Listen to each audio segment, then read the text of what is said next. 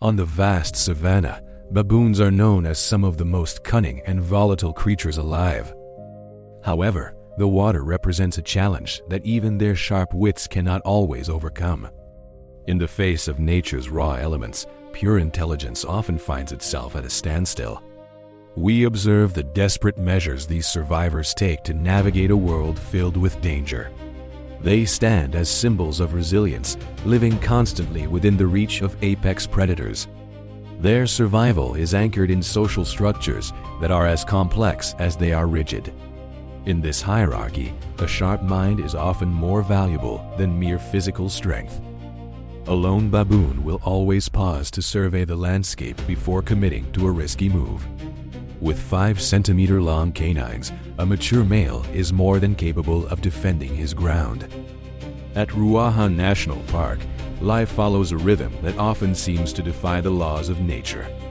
Welcome to the Glade, a serene bend in the great Ruaha River where an unlikely peace resides. The narrator explains the unique situation. The Glade pride follows a genetic code. They observe further, they never pursued the baboon troop. It is noted that this truce carries strict conditions for both parties.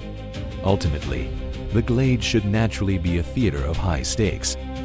Despite the presence of lions, the baboons appear relaxed, creating a strange sense of security. Kudu are among the most cautious animals, fleeing at the slightest sound of danger. They are nearly impossible to approach, vanishing if even a single twig snaps underfoot.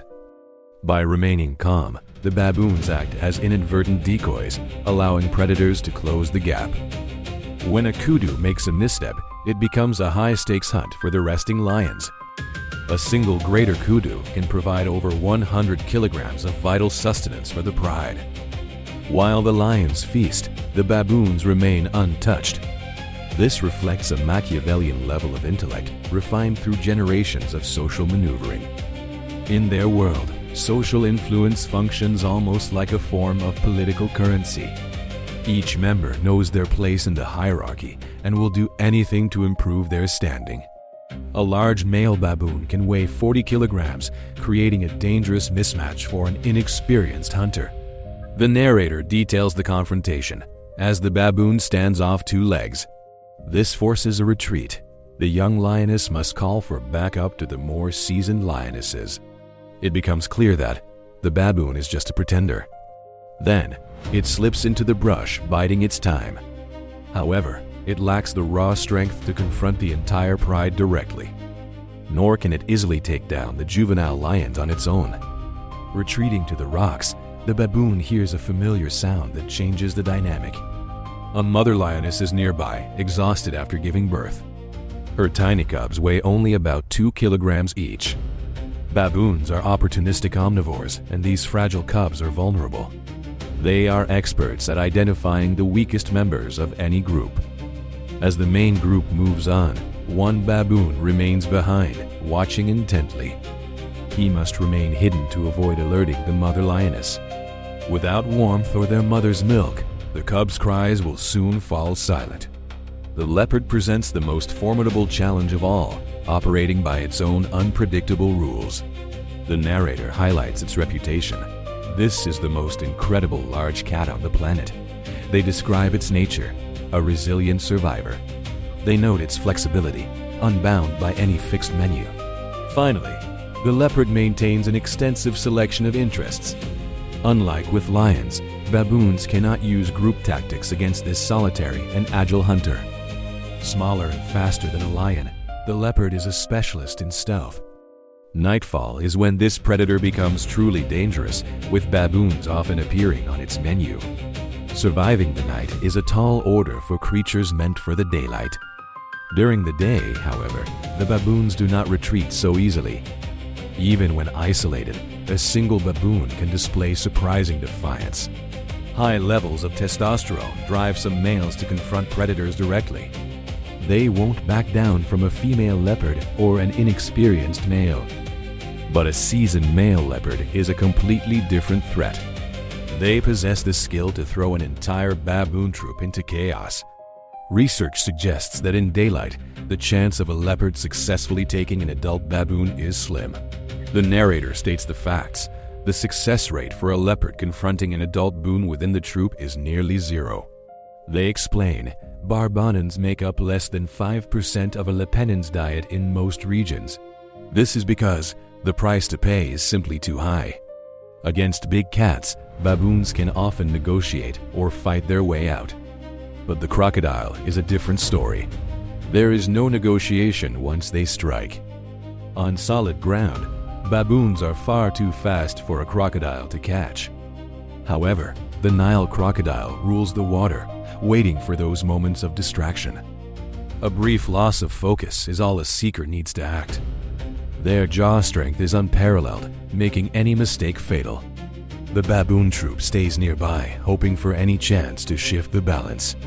Yet the dynamic between these two isn't always one-sided. From July to September, the tables turn as crocodiles become vulnerable while guarding their eggs. Baboons are highly successful in raiding these nests during the dry season. The narrator notes, the success rate for such raids reaches 75%. As the dry season worsens, the troops must relocate to find new water sources. This leads to danger. That means crossing the river. Finally, the journey across the water is the most high-stakes moment. The strike is so sudden that the baboon's brain cannot even process the signal before it is dragged down. Once in the water, the scale of power tips entirely toward the predator. Every evolutionary tool that helped the baboons survive for millions of years is now useless. This represents the ultimate boundary where intellects simply cannot cross the line. While crocodiles exploit the environment, the African rock python takes a different approach. It focuses on the blind spot, acting as a master of the sit-and-wait strategy. It bides its time, waiting for the troop of baboons to wander right into its path. There is no scent, no sound, and absolutely no movement to betray its presence. Baboons have no biological defense against a predator hidden in plain sight. Tuned to the slightest vibrations, the python waits for a vulnerable youngster to drift too close. The python launches its coils with incredible speed, holding the prey fast despite having no venom. As the capture begins, one might say, eat slowly. The snake leaves no room for escape, tightening its grip with every passing second. Research shows the python feels the catch's heartbeat, tightening its hold with every pulse until the rhythm stops. The sheer force ensures the end comes quickly and no rescue is possible for the victim. Unlike the crocodile, the rock python has no specific zone, making it a constant, invisible threat. There are no warnings and no path back once the situation has gone south. The victim's final cry is simply, "Arg." This rule of the wild holds true in Africa and every other wild kingdom under the sun. In the Amazon, the boa constrictor uses its skin patterns to blend perfectly into the bark. The snake becomes one with the forest floor, waiting for an unsuspecting monkey to encounter trouble. The boa senses every heartbeat of its prey through its own skin, adjusting pressure with precision. This intense pressure stops blood circulation, causing the howler monkey to lose consciousness quickly. Within minutes, the life slips away amidst the lush green canopy of the forest. The final transition arrives in a state of absolute silence as the predator secures its meal. Compared to the powerful baboon, the vervet monkey faces a far more demanding reality. Sometimes one can only mutter, it's not. In the realm of hunters, being of a modest size is never an advantage. It only lengthens the list of predators seeking you out for an unforgiving dinner. Their adversaries range from agile felines to sky phantoms like the crowned eagle and even formidable baboons. To survive, this primate has been forced to develop a highly sophisticated defense system. The vervet monkey utilizes a clear system of signals to provide precise tactical information. They use a specific cry for the leopard, a hiss for snakes, and a different alarm for eagles. Young monkeys must undergo a rigorous learning process to master this complex language. If a rookie mispronounces a call or gives a false alarm, the results can be harsh. The adults will coldly ignore them until they learn to speak the language of survival correctly. Knowledge is the thin line between a peaceful day and a somber final end. As reptiles retreat, the savanna welcomes back the leopard, a sophisticated seeker. A leopard's sense of smell is powerful enough to distinguish primates among thousands of scents. It acts as a biological scanner, following chemical trails left by the troop on the branches. Absolute immobility is the only defense in this psychological match. If the primate stays still, a leopard might think, "Mine," but then lose the trail. If the primate's stillness is deep enough, it can mislead even the leopard's sharpest instincts. Unable to identify a target through movement, the leopard eventually decides to call it a day. Yet, silence and the treetops are not always the perfect refuge from every hunter. The eagle is more than a hunter. It is a high-performance machine and a supreme challenge. With superb vision, the crowned eagle can spot movement from more than 3 kilometers away. To them, the forest canopy is not a hiding place, but a detailed map of prey. When the sky phantom arrives, its ultimate tools are activated for the strike. The target's fate is often sealed in a blink once the first contact is made. For the eagle, the primate represents a premium source of vital protein. These primates are a key to an entire species' survival, and the eagle is highly selective. By focusing on the vulnerable, he ensures only the strongest lineages carry on. In response, primates have developed distinct calls reserved for every type of specialized seeker. A common sentiment is, "I won't die, and I won't lose what's mine." In the Amazon, an ancient phantom reigns, causing every primate to tremble. The harpy eagle possesses massive talons and is the instrument of the final shadow. Capuchins and tamarins are on high alert, as fate is sealed by sight alone. Relentlessness goes hand in hand with efficiency as the eagle consumes everything. One might hear the count, 2, 3, 3. This cycle continues without end. In the complex world of the chimpanzee, leader status is never guaranteed by physical power alone. It is often a show of enforcement designed to overwhelm an opponent's spirit before a struggle starts. The true secret is political maneuvering, navigating a society where alliances are the real currency.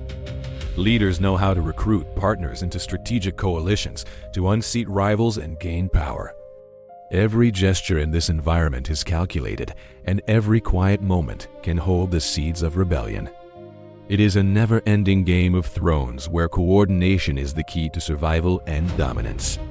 The bonobo is the chimpanzee's closest relative, once categorized by scientists as gentle creatures. In reality, they are ready to display seeking instincts whenever a strategic opportunity knocks. Bowie, an adventurous female, relies on her intellect rather than brute force to navigate the forest. As they move into the high canopies, we witness a masterpiece of coordination during the hunt. This performance involves specific roles for each participant, starting with the chaser. Next are the blockers, who cut off escape routes, leading to the final strike in the trees. After a successful hunt, the catch becomes a powerful form of political currency within the troop. The leader claims the largest portion to satisfy both his hunger and his deepest strategic goals. He uses the rewards to strengthen loyalty or to grease the wheels of influence over others. However, there is a shadowy side to this high-level intellect that goes beyond typical foraging. Scientists in Gabon witnessed what can only be described as interspecies warfare for the first time. Chimpanzees formed coalitions to engage and overcome their giant relatives, the gorillas. These were organized confrontations. Looking at the carnage, a witness asks, "Why is it?" For decades, they lived in a fragile peace, but climate change depleted their forest supply. Tolerance vanished, replaced by intense survival instincts to remove any competition for food. Their formidable intelligence is best displayed through the tactic of numerical supremacy. A single chimp would be overwhelmed by a silverback, but a group of 27 is unstoppable. This intensity doesn't stop with gorillas. Chimps even seek out and engage adult baboons. It is a somber reflection on evolution. Higher intellect leads to more sophisticated conflict. While chimp conflict might unsettle us, another way of life on the savanna proves equally tough. Their intellect isn't for turning on their own, but for forging a collective hunting force. The source of that haunting sound is the spotted hyena, the silent ghost of these wild plains. Don't mistake them for mere scavengers. These elite pursuers call the shots on 95% of their food. With massive skulls and powerful jaws, they rival the bite pressure of a full-grown male lion. Their conical molars are fine-tuned to process the sturdiest bone structures with ease. Only the spotted hyena can fully process the entire skeleton of a Cape buffalo. Intense stomach acid dissolves everything from horns and hooves to teeth for every bit of nutrition. Unlike big cats that prefer bursts of speed, hyenas are incredible marathon athletes. A massive heart, making up 1% of their body mass, fuels their long-distance pursuits.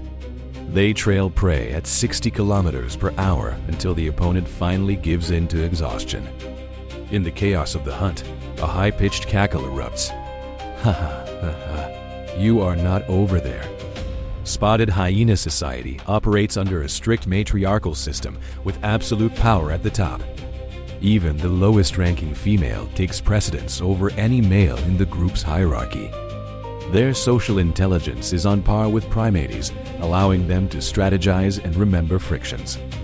That laugh is actually a complex language conveying age and status through vocal frequencies. The long-standing feud between hyenas and lions is one of nature's most intense rivalries. A lioness watches from a distance, prompting a hyena to call out, "You came down, right?" This isn't just about food. It's a strategic effort to claim control over the entire ecosystem. A lion will eliminate a rival to remove competition whenever the opportunity arises. Conversely, a large clan of hyenas has the strength to surround and overcome a lone lioness. Moving to ancient misty forests, one can hear a whisper, "Your heart, hey, hey." Welcome to the sanctuary of the giant, where power is used to redefine biological limits. The silverback is a living tank, reaching weights of nearly 200 kilograms, while world-class human athletes spend decades training to lift 500 kilograms. A mature mountain gorilla can effortlessly hoist over 800 kilograms. This strength isn't from practice. It's built into their incredibly dense muscles and skeletal structure. A soft voice murmurs, "I don't want to. I don't know. I love you. I'm done." It seems to say, just like this, two people. They choose the path of peace. When the flow of oxygen is severed, life quickly drains away from the prey. The agile predator could not escape its fate on the vast Kilala plains. Victory here always carries a price, as no wall can block the scent of fresh blood. The wind acts as a treacherous messenger, carrying the signal of death for kilometers. A spotted hyena picks up the scent and draws closer to investigate. The hyena is confident, knowing the leopard is a solitary hunter that cannot afford injury. Injured solitary hunters often starve, a psychological leverage the hyena uses to intimidate others. The narrator notes, "The leopard will be unable to hunt and will starve." That is the psychological leverage hyenas often use to intimidate the faint-hearted. But today, luck is not on the side of the scavenger. The leopard has no intention of abandoning a meal it fought so hard for. Its resilience forces the hyena to reconsider the risk of an actual fight. In Rwanda, peace is just a fleeting pause between constant battles. Humiliated by the leopard, hunger drives the hyena to an even riskier wager. It decides to try and steal a kill from the ultimate power, a lion. This perilous mission requires the power of the pack, led by a large female. As the narrator explains, this perilous mission demands greater resources. A hyena clan can number in the dozens, led by the largest female. The power of numbers is their most crucial weapon against the king of beasts. Their target is a solitary male, weighing up to 220 kilograms. He is 3 times the size of any single enemy he faces. A single swipe from his massive forequarters can shatter a hyena's spine or skull. Numerical advantage keeps the pack confident that victory is within reach. This clash is part of a decade-long struggle for supremacy in Akagera. 25 years ago, human pressures silenced the savanna kings entirely. Settlers eliminated them to protect livestock, leaving a power vacuum for 15 years. The narrator observes, "This was how the settlers here protected their livestock. A national park fell into a massive power vacuum for 15 years, and the spotted hyena seized the opportunity to ascend the throne." The hyenas proliferated, turning these plains into their private playground. In 2015, history turned a page as transport trucks arrived. The first 7 lions were reintroduced, the exiled kings returning for their throne. Despite being outnumbered, the battle with hyenas showed the lions' dominance. Their 10-centimeter canine teeth combined with strength cause rapid results. Primal fear rises as the rightful king reestablishes order. But the crown is under constant challenge from another formidable prey. Lions must confront the African buffalo, a creature that never bows down. Hunters have given it a grim name, as the narrator says. Among professional hunters, this animal bears a chilling nickname, the Black Death, silently ferocious creatures. At 900 kilograms, the male buffalo is a biological tank. It outweighs a female lion by 5 or 6 times.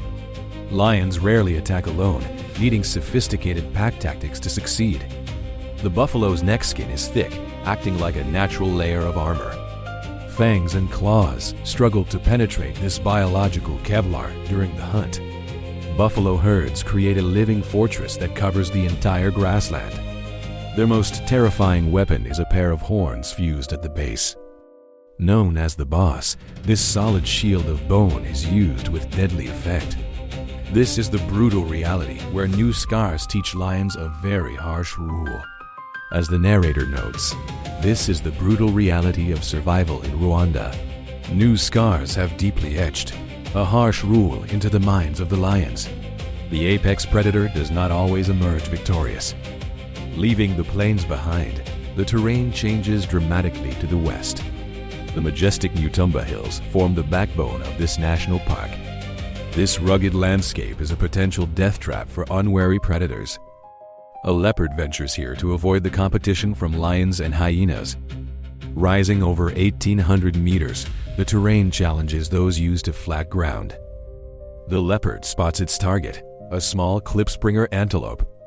The klipspringer has an ally in these hills, the steep, precipitous cliffs. Standing only 50 centimeters tall, they move on the very tips of their hooves. As the narrator explains, this is the secret weapon of the tiny klipspringer. Standing only about 50 centimeters tall, they move on the very tips of their hooves, rather than using the entire sole like other ungulates. Fleshy pads underneath act like suction cups, providing absolute traction on stone. It can jump up cliffs 5 times its own height, essentially defying gravity.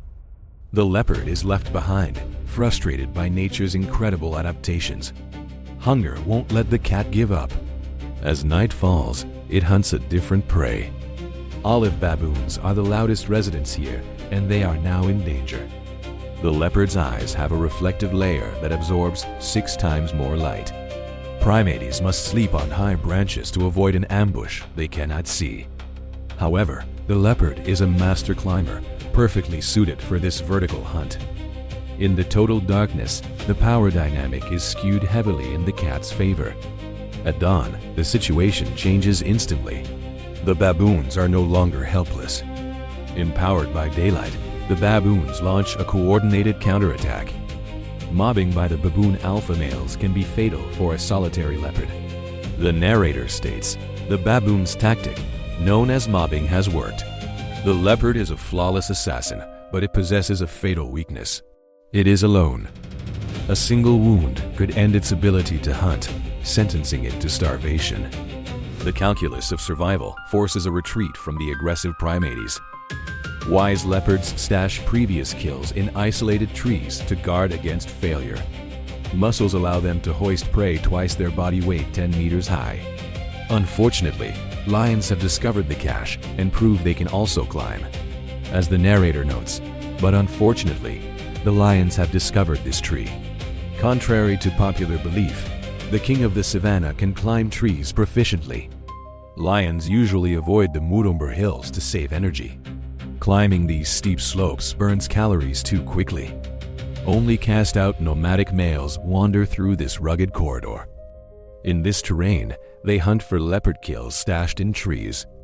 If leopards stay hidden, lions must hunt difficult prey. They face the common eland, a giant among antelopes.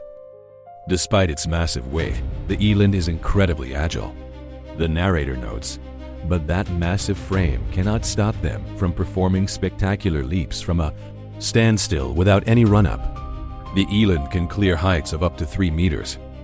Its legs act like giant springs, powered by specialized muscles.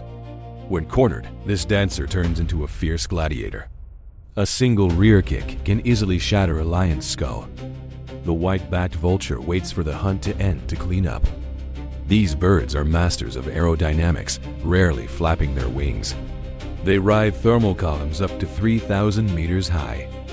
Their incredible vision spots carcasses from 6 kilometers away. They watch each other, diving as soon as one bird drops. Their featherless heads allow them to feed without mess. The harsh sun destroys any bacteria on their bare skin. Their stomachs are chemical marvels.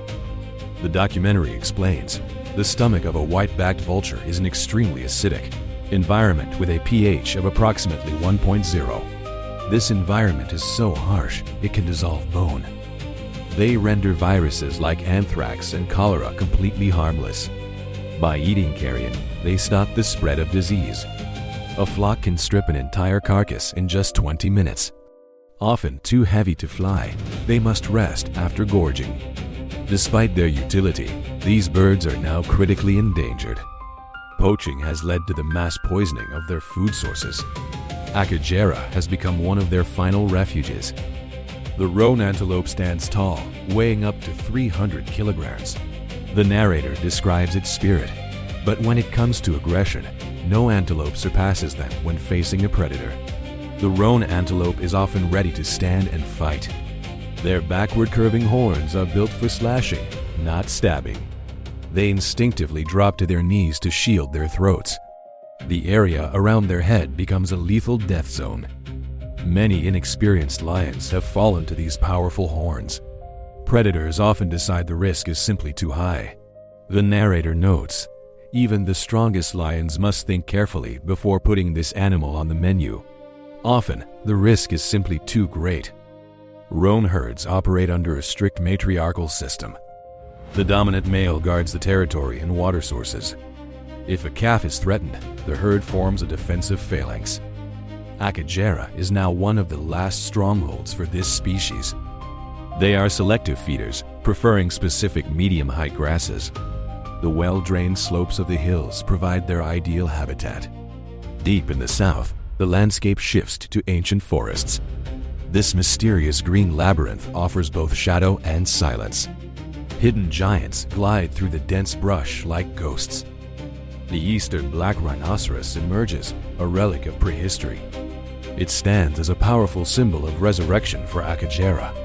Poaching wiped out the entire original population by 2007. In 2017, 8 rhinos were successfully returned to Rwanda. European zoos later helped diversify their genetic pool. They are now guarded by an impenetrable security network. Unlike white rhinos, the black rhino is a selective browser. The southern forests offer a massive buffet of shrubs. They easily consume plants filled with toxic sap. They are solitary, suspicious, and known for their volatility. Poor vision means they only see blurry shapes nearby. They compensate with rotating ears and a sharp sense of smell. A rhino charge is a frightening sight. The narrator explains, launching forward at a velocity of 55 kilometers per hour. It is nothing less than a living missile. They are ready to topple trees. Territory is marked with dung, serving as a biological business card. Unlike the white rhino, the black rhino calf follows closely behind its mother as they navigate the dense terrain. This positioning allows the mother to break a path through the dangerous, dense thorns of the forest. Tucked safely behind her, the calf is absolutely protected from any dangers lurking on either side. The return of these eastern black rhinoceroses has completed the final piece of Akagera's Big Five puzzle. Though they are solitary warriors in the shadows, their existence is a beacon of hope for global conservation. Alongside the roan antelope, massive herds of plains zebra begin their seasonal movement. They seek the hills when the rainy season turns the valleys into muddy, impassable quagmires. They detest the thick mud that significantly slows their stride. Above all else, the plains zebra hates the relentless harassment of the tsetse fly. The narrator notes how these pests drive them toward higher ground. The plains zebra hates the tsetse fly. This blood-sucking fly concentrates heavily in the dense brush of the lowlands. The Mutumba Hills, with their elevation and strong winds, become an ideal refugee camp. This migration helps them escape the constant irritation of these insects. In the ecological tapestry of Akagera, zebras are considered the premier ecosystem engineers. Unlike antelope or buffalo, they do not need to selectively choose only the youngest grass. As hindgut fermenters, they possess a unique digestive strategy. Their system is less efficient at absorbing nutrients, but has incredibly fast processing speed. This allows them to consume old, tough fibers and low-nutrient grass that others ignore. This specific characteristic makes the plains zebra the true pioneers of Mutumba. They lead the way, using their sharp incisors to shear off the tough, dry upper layers of grass. This clearing action exposes the soft green shoots hidden underneath for antelopes to enjoy. Without the zebras, these grasslands would become overgrown and incapable of sustaining the ecosystem. The purpose of their stripes has long been debated. The function of the plains zebra's black and white stripes has been a subject of heated debate in Akagera. It is not for camouflage to blend into the environment, for they stand out too starkly against the green grass. Instead, the stripes create motion dazzle when a herd moves together in unison. Thousands of black and white stripes interlace, creating a massive and confusing optical illusion. This is a true nightmare for lions or leopards who possess monochromatic vision. Predators sensitive to movement find it impossible to determine the boundary between separate individuals. Suffering from visual confusion, the predator cannot lock onto a target to launch a precise strike. A single second of hesitation from the lion is all the zebra needs for survival. Latest studies indicate the stripe structure also disrupts the landing ability of biting tsetse flies. Thanks to this, they can avoid the risk of bites and the dreaded sleeping sickness. Behind their identical exteriors lies a deeply affectionate social structure. Plains zebras do not live in a chaotic crowd. They live in small family units known as harems. A harem consists of one dominant stallion, his mares, and their foals.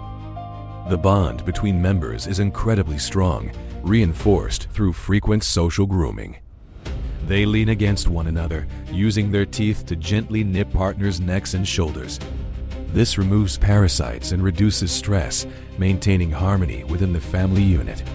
The dominant stallion of Mutumba is a true warrior, dropping to the back when chased by predators.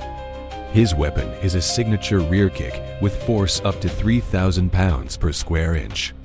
This kick is powerful enough to shatter a lion's jaw or instantly kill an angry predator. Zebras often forge an alliance with topi antelopes to increase their survival chances. The narrator explains the synergy. The zebra possesses excellent hearing and smell. The topi has superior vision and always stands on high mounds to keep watch. Combined, they form a perfect early warning system with no blind spots. In the southern forest, the title of high-altitude ruler belongs to the majestic Maasai giraffe. These creatures were immigrant citizens brought to Akagera after this species had previously vanished. Their absence caused acacia forests to grow too dense, leading to an ecological imbalance. Conservationists introduced them as a professional gardening squad to prune the upper foliage. The project succeeded beyond expectations, creating one of Africa's fastest-growing giraffe populations. Standing tall at up to 6 meters, they are the undisputed tallest animals on land. This height gives them an exclusive ticket to the most abundant food sources in the forest. Their true weapon is their purple-black tongue, which can measure up to 50 centimeters. The narrator notes how they protect themselves from the heat. The purple-black color is the Maasai giraffe's natural sunscreen. The dense melanin prevents its tongue from getting sunburned. This allows them to feed under the harsh sun for up to 20 hours. This dexterous tongue weaves through razor-sharp thorns to strip away the freshest acacia leaves. Thick, sticky saliva coats the thorns, transforming dangerous spikes into a soft and delicious snack. Despite their grace, males are brutal gladiators when fighting for dominance and mating rights. They perform a ritual known as necking, standing parallel and spreading their legs for stability. They swing their massive necks like baseball bats, slamming their heads into their opponent's body. The ossicones on their heads are rock-hard, solid bone, making them lethal blunt force weapons. The force is so terrifying that the sound of the impact can echo throughout the forest. Duelists risk broken necks, shattered jaws, or even being knocked unconscious on the spot. Giraffes are most vulnerable when drinking, forced to awkwardly splay their front legs to reach water. A complex system of valves in their jugular veins must prevent a rush of blood to the brain. In this position, they lose their ability to observe surroundings and their reflexes are slowest. But when standing tall, the Maasai giraffe is an impenetrable and dangerous fortress. A kick from their powerful legs can be delivered in any direction, forward, backward, or sideways. The force is enough to shatter a lion's skull or crush its ribcage instantly. Their hooves are the size of dinner plates, as sharp and as hard as steel. Even a coordinated pride of lions must approach these giants with extreme caution. Lions usually only dare to attack from behind, hoping to unbalance the massive animal. Facing this tower head-on is a dangerous gamble that most hunters will lose. Life for a Maasai giraffe begins the very second it is born into the world. The mother gives birth while standing, meaning the newborn's first act is a 2-meter fall. The narrator explains this brutal entry. The violent impact with the ground does not injure it. It helps activate the respiratory system, breaks the amniotic sac, and awakens survival instincts. Within 30 minutes, the calf is already attempting to stand. On trembling legs, the calf can stand and, hours later, run to keep up with the herd. The southern forest has no time for weakness in its daily struggle for existence. The calf must stand immediately or risk becoming a meal for waiting predators. In Akagera, not every giant makes the earth tremble with its heavy movements.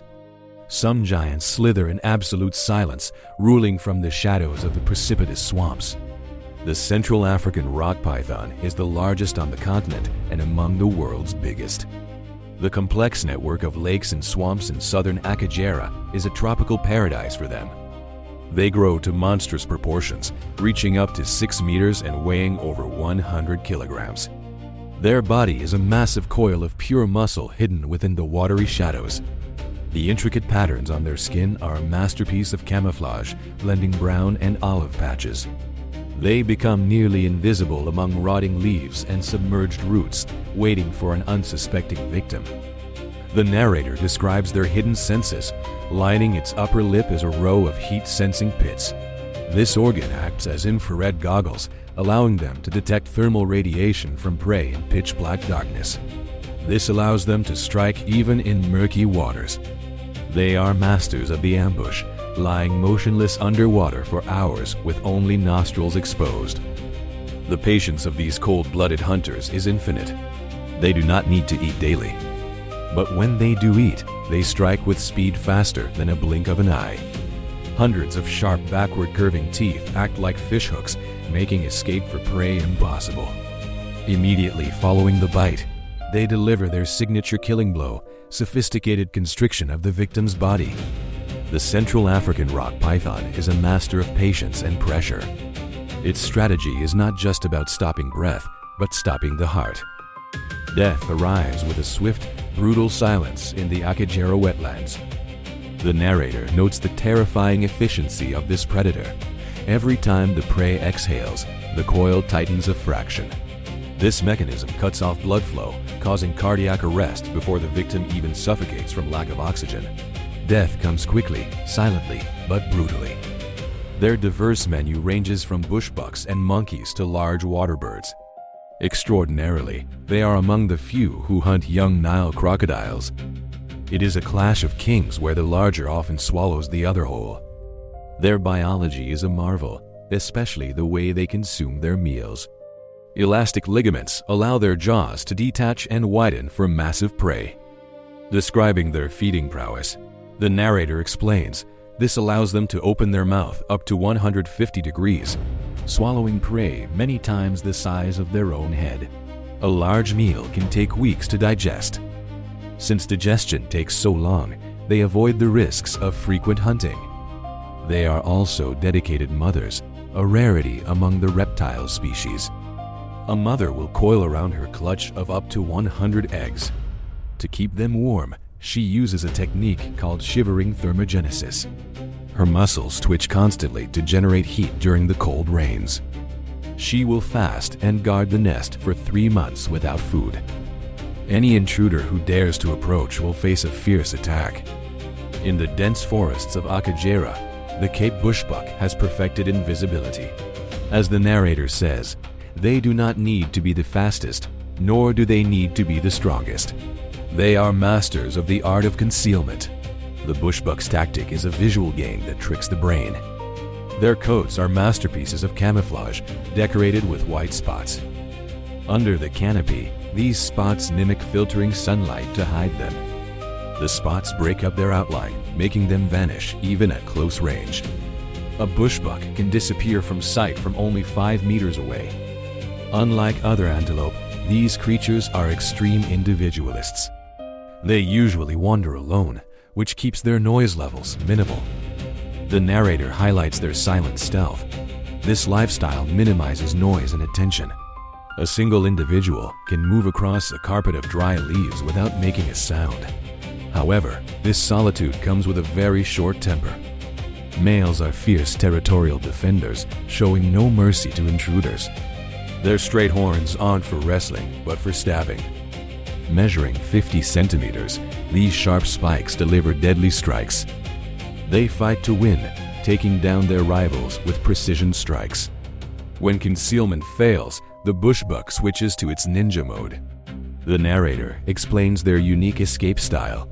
It is not a speed race in a straight line against a leopard. They play a game of obstacle course.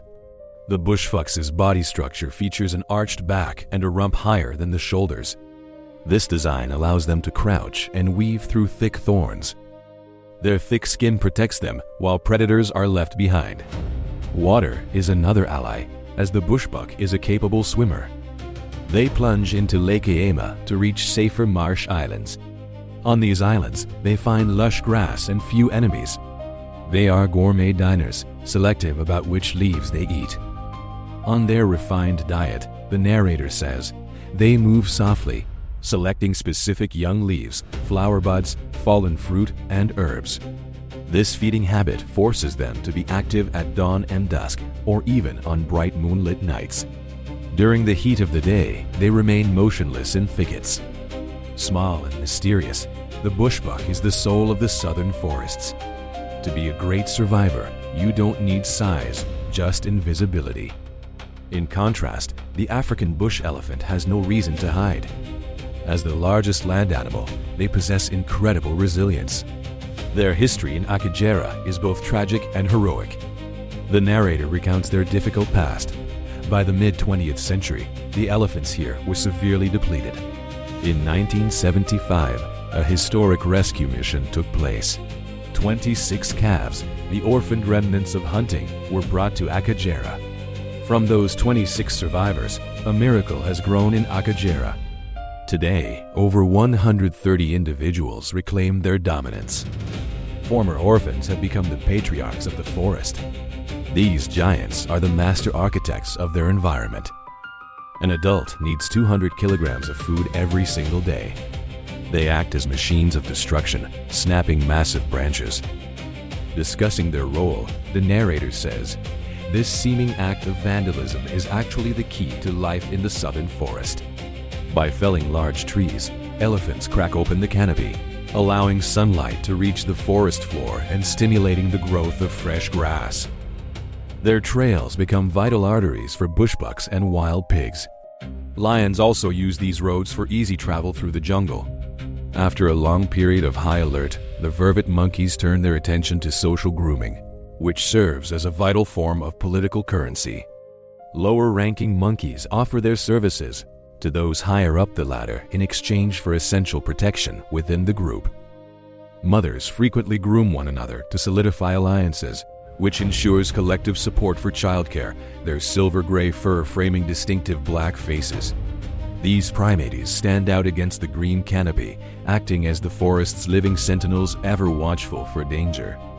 Their alarm calls are so accurate that diverse animals like zebras and impalas rely on them, causing the entire forest to pause when they scream. In the ongoing struggle for survival, knowledge is a powerful tool, and constant vigilance is the required cost of staying alive. While hippos dominate the water's surface with their volatile tempers, a much older power lurks silently beneath the silt. The narrator explains, deep down, hidden beneath the layer of silt, lies a power that rules through absolute silence. The Nile crocodile is one of Africa's most successful ancient predators, having survived for millions of years.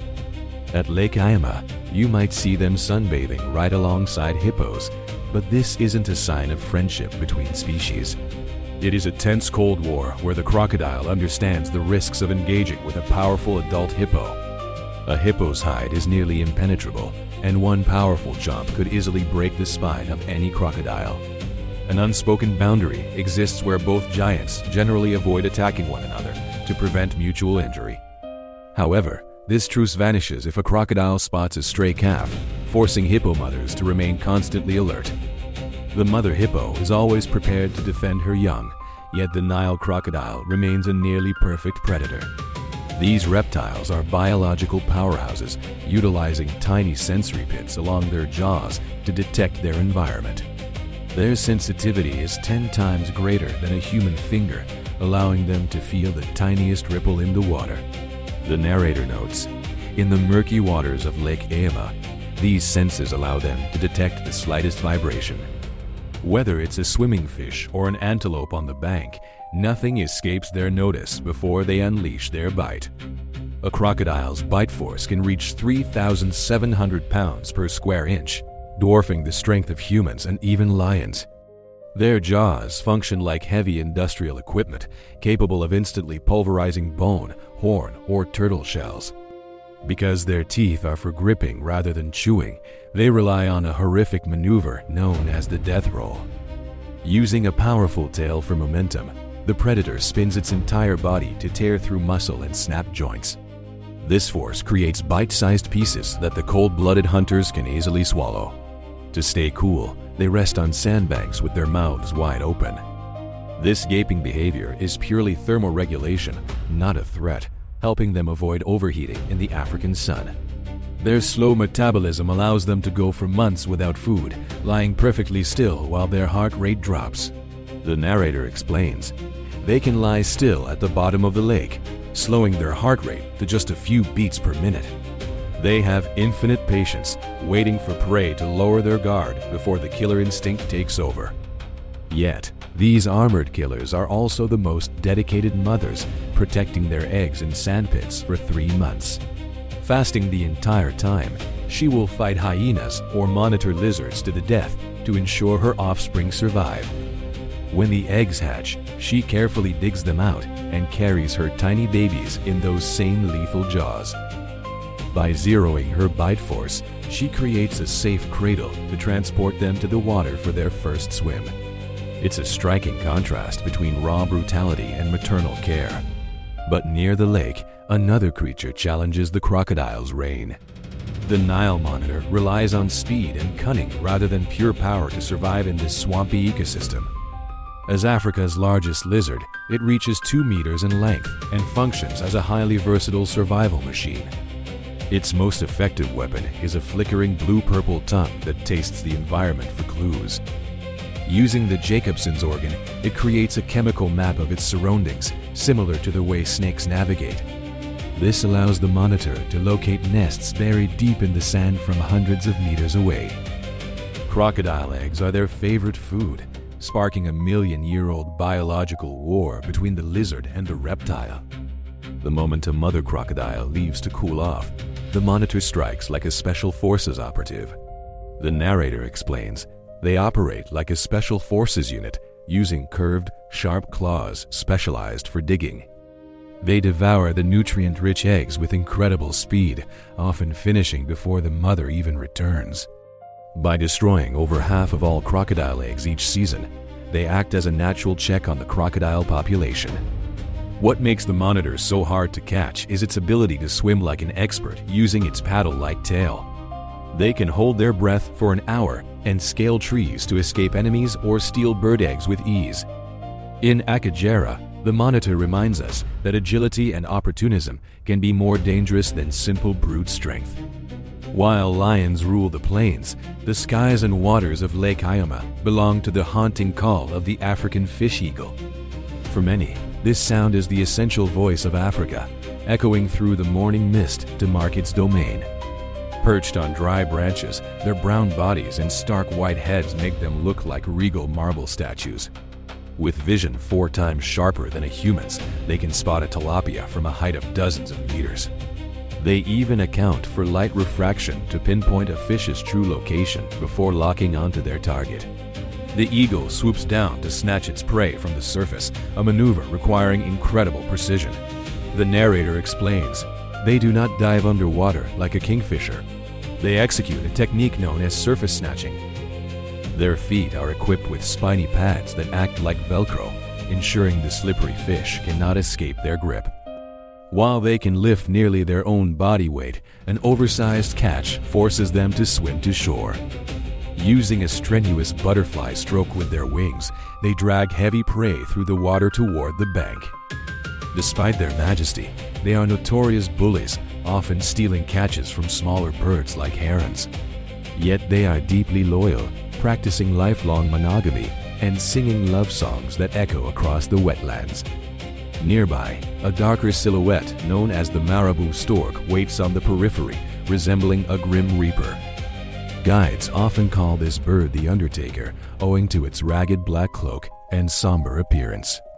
By conventional standards, the marabou is far from beautiful, with its wrinkled neck and bald, scraggly head. In the wild, efficiency matters more than looks, and its baldness is a sanitary adaptation for scavenging. It keeps their feathers clean while they feed on rotting meat, while a fleshy pouch acts as a thermal radiator. The narrator explains, that bald head allows them to maintain hygiene while plunging deep into rotting carcasses. That bizarre skin sac hanging from the marabou stork isn't just for show. It is a vital tool for regulating body temperature under the intense heat of Akagera. During courtship rituals, they use it to gain a visual edge, proving that even the strangest features have a functional purpose. Don't let their scavenger reputation fool you. These birds are brutal, active hunters. Standing nearly 5 feet tall with a beak as hard as a stone chisel, they dominate the wetland ecosystems of Lake Ayama. They can stand motionless for hours like stone statues, their cold eyes scanning the water's surface for any sign of movement. It is a game of supreme patience where the stork always holds the upper hand. Whether it is a frog, a stranded fish, or even a low-flying flamingo, nothing is safe once it falls into their sights. Their diet is as varied as it is opportunistic, making them the true terror of the shoreline. The strike of a marabou stork is lightning fast and incredibly powerful, capable of impaling prey instantly. It is a terrifying efficiency that few other birds in the wild can ever hope to match. Most surprisingly, the marabou stork is the crocodile's most persistent enemy. As the narrator explains, the marabou stork is the most persistent enemy of the crocodile. They often target nests, as noted. They frequently stalk nests of newly hatched crocodiles, using their massive beaks to snatch up the hatchlings and swallow them whole before they can reach the water. At first glance, their legs look like they are wearing stark white socks, but that is merely an illusion. In reality, their legs are black, and that white coating is actually dried feces. This behavior, known as urohydrosis, is a clever biological cooling mechanism. By defecating liquid waste onto their legs, the evaporating water carries away excess heat, cooling the blood before it returns to the heart.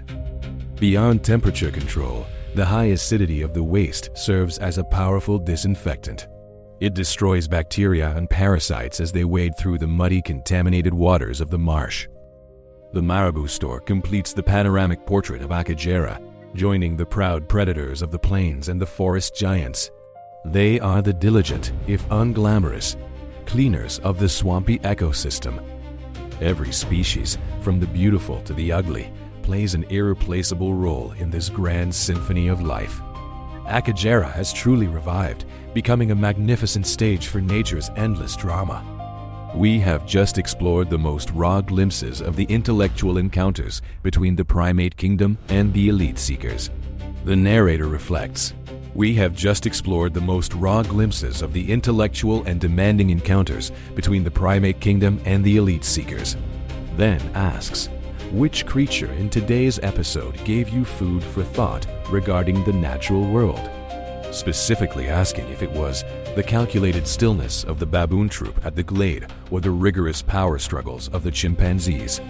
Please share your own reflections in the comments below, as your understanding is the ultimate tribute to these wild residents. Your engagement helps us continue documenting these incredible stories. Remember to like and subscribe to join me on future field missions, where we will go the whole 9 yards to decode the most mysterious survival secrets. Until then, continue your journey through the wild by exploring our other encounters between nature's greatest rivals.